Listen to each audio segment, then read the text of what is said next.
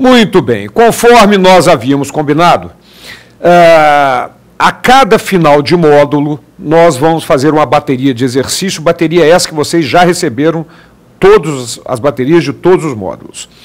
E vamos começar hoje. No entanto, nesses dois primeiros módulos, que dizem respeito à competência tributária e a tributo que nós vimos aqui, esses módulos teóricos, que fazem parte do livro primeiro do CTN e da Constituição Federal, dos dispositivos constitucionais, como as questões são muito entrelaçadas, mescladas, os assuntos de competência e tributos, então eu achei por bem primeiro dar esses dois primeiros módulos e fazer os exercícios relativos a esses módulos, e depois, a cada outro módulo, legislação tributária, obrigação tributária, crédito tributário e administração tributária, nós vamos fazer a cada final de módulo a bateria de exercício, bateria essa que você já tem aí, são todas questões de provas de concurso anteriores, adaptada, então material extremamente, eu diria, inclusive, fundamental.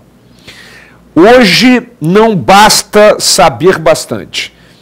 Tem que saber bastante e ser um bom fazedor de prova. Isso é fundamental hoje em dia.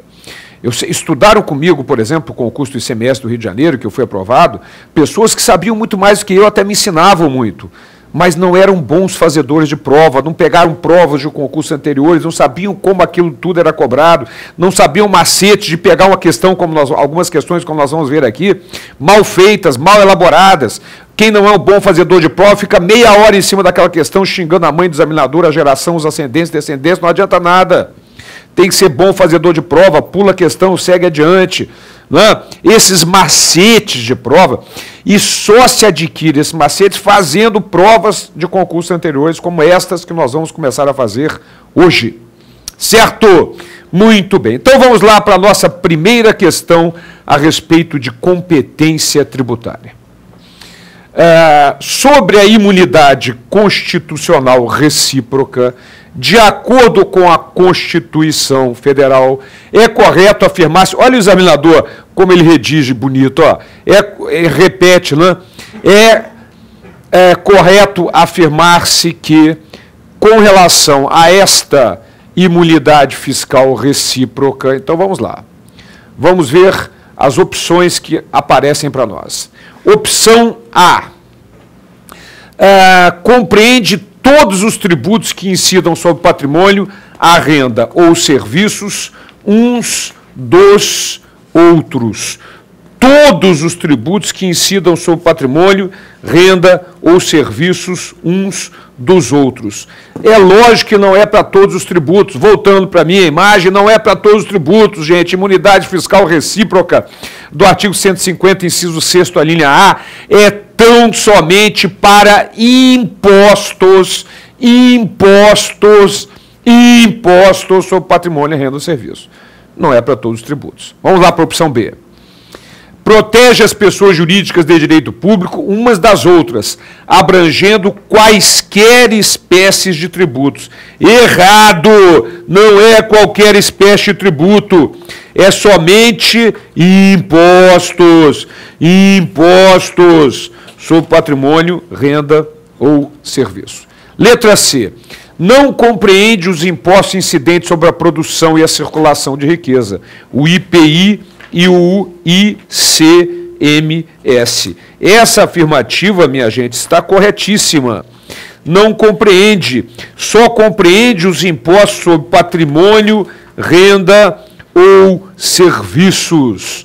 Então, voltando para a minha imagem, a opção correta é a letra C, porque a imunidade fiscal recíproca veda a União, Estado, Distrito e Município instituir impostos sobre patrimônio, renda ou serviços uns dos outros. Cuidado, pode cobrar taxa, pode cobrar contribuições de melhoria, pode cobrar, inclusive, imposto sobre produção e circulação, se for o caso, mas não imposto sobre patrimônio, renda ou serviço. Então, o nosso gabarito é a letra C, mas vamos olhar os outros. Vamos lá. D. É extensiva às autarquias e fundações mantidas pelo poder público, no que se refere ao seu patrimônio, renda ou serviço, vinculados a qualquer finalidade. Ora, voltando para mim aqui, nós temos que lembrar dois detalhes. Primeiro, parágrafo 2º do artigo 150 da Constituição estende a imunidade fiscal recíproca para autarquias e fundações instituídas e mantidas pelo poder público, no que diz respeito às suas finalidades essenciais ou às delas decorrentes.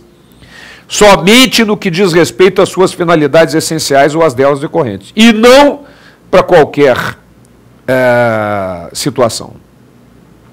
E depois temos que lembrar também que o Supremo Tribunal Federal estende a imunidade fiscal recíproca também para algumas empresas públicas, só para fecharmos esse assunto.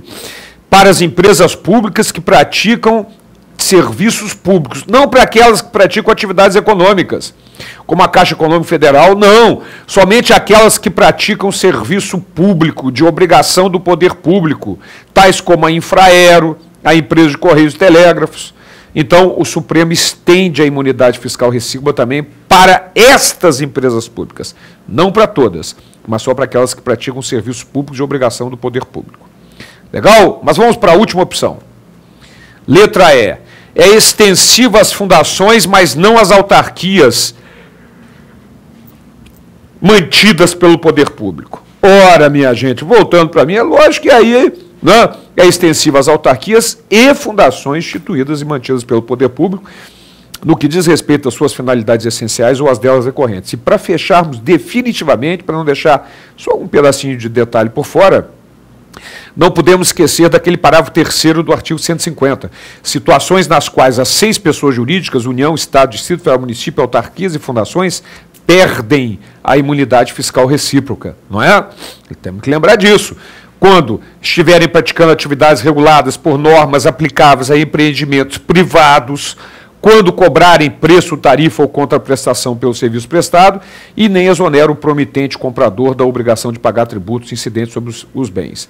Então, aquelas situações previstas no parágrafo 3º do artigo 150 que causam a perda da imunidade, quer seja de União, Estado, Distrito Federal, Município, autarquias e fundações, para aquela atividade que está praticando.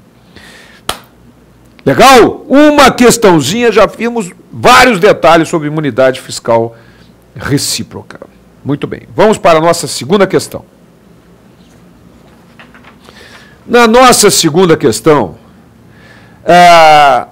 o examinador coloca que as limitações constitucionais ao poder de tributar constituem garantias aos contribuintes que não serão submetidos à tributação sem a estrita observância de tais princípios.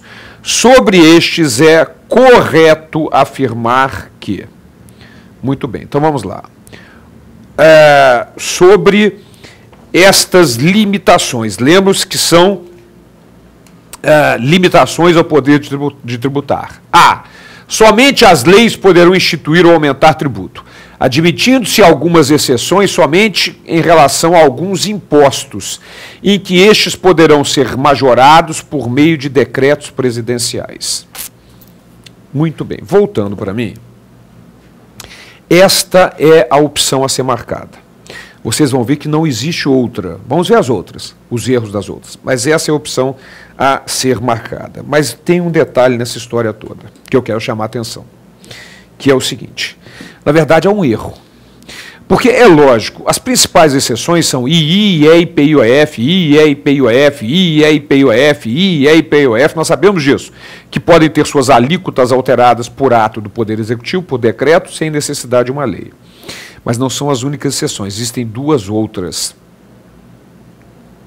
A CID sobre combustível, artigo 177, parágrafo 4º da Constituição, e o ICMS monofásico, artigo 155, parágrafo 4º da Constituição. Então, quando no enunciado diz que somente para alguns impostos, há um erro, porque tem para a contribuição também, para CID sobre combustível, contribuição de intervenção do domínio econômico sobre combustível. Mas aí é que vai o bom fazedor de prova. O mau fazedor de prova já fica nesse enunciado, fica maluco, pensando, xingando o examinador, não adianta. Nós vamos ver as outras e ver que as outras não dá para marcar mesmo. Então vamos marcar a menos errada, que é essa letra A, mas vamos ver o erro das outras. Opção B.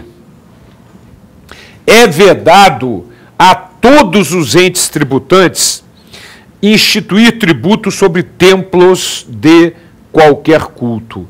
Não é tributos, é impostos. sobre patrimônio, renda ou serviço.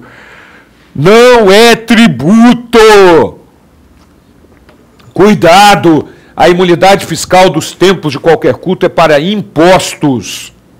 Na opção C, os tributos deverão observar o princípio da capacidade contributiva. Muito bem, voltando para mim. Olha só. Princípio da capacidade contributiva, artigo 145, parágrafo 1º da Constituição Federal. Os impostos não são tributos. Os impostos, sempre que possível, terão caráter pessoal e serão graduados de acordo com a capacidade econômica do contribuinte. Os impostos, não os tributos. Está errada a opção. Artigo 145, parágrafo 2º da Constituição. Vamos adiante. Opção D. É vedado... Deixa eu só colocar mais um pouquinho aqui para aparecer melhor. Opção D. É vedada a União instituir tributo que não seja uniforme em todo o território nacional. Voltando, minha gente, olha aqui. O artigo 151, inciso 1º da Constituição, determina sim que é vedado instituir tributo que não seja uniforme em todo o território nacional, mas admite a concessão de incentivos fiscais para desenvolvimento de regiões carentes. Então, minha gente, não é absolutamente vedado. O princípio da uniformidade, previsto no artigo 151, inciso 1º da Constituição, admite uma exceção, que é a concessão de incentivos fiscais. Vamos adiante. Letra E. É vedado aos entes tributantes cobrar tributos no mesmo exercício financeiro em que haja sido publicada a lei que os tenha aumentado, em quaisquer casos. Ora, voltando para mim, não é em quaisquer casos, é o princípio da anterioridade do artigo 150, inciso 3º, a linha B da Constituição, mas o parágrafo 1º do artigo 150 da Constituição já traz uma série de exceções. II é IPI-OF, I é IPI-OF, I é IPI-OF, I é IPI-OF. Os empréstimos compulsórios quando instituídos por calamidade pública, guerra externa ou sua iminência, os impostos extraordinários, as contribuições para a Seguridade Social, que podem ser cobradas 90 dias, mas não precisa esperar o exercício seguinte, assídio sobre combustível, ICMS monofásico. Então, são todas exceções para o princípio da anterioridade, por isso está errada a opção. Então, observem que a nossa melhor opção, embora não esteja correta, é a letra A. E não está correta porque o examinador esqueceu-se que as contribuições, a contribuição de intervenção do domínio econômico, lá no artigo 177, parágrafo 4, escondidinho, tem uma possibilidade de alterar suas alíquotas sem necessidade de lei. E o examinador esqueceu desse detalhe. Mas a menos errada é a opção A. E aí é que vai indo o bom fazedor de prova, vai pegando o jeitão, vai pegando o macete, certo? Ninguém sabe, ninguém nasce sabendo dirigir. Vai aprendendo aos poucos. Tem uns que não aprendem nunca, né? Eu não ia dizer que as mulheres não aprendem nunca, mas é um absurdo o que eu ia dizer, até porque as mulheres dirigem muito melhor. O seguro das mulheres é muito mais barato, inclusive, porque as mulheres causam menos acidentes. Não é isso? Temos que tirar o chapéu para elas. Em vários sentidos, inclusive na direção. Mas vamos lá. Próxima questão. Questão número 3. Não é vedado ao Estado do Amazonas, esse foi um concurso para o Estado do Amazonas, não é vedado para o Estado do Amazonas. Então vamos lá, vamos ver o que não é vedado. Opção A, estabelecer diferença tributária entre bens e serviços de qualquer natureza em razão de sua procedência ou seu destino. Isso é vedado pelo artigo 152 da Constituição, só não é vedado a União. É o único dos princípios que não obriga a União, mas aos Estados é vedado.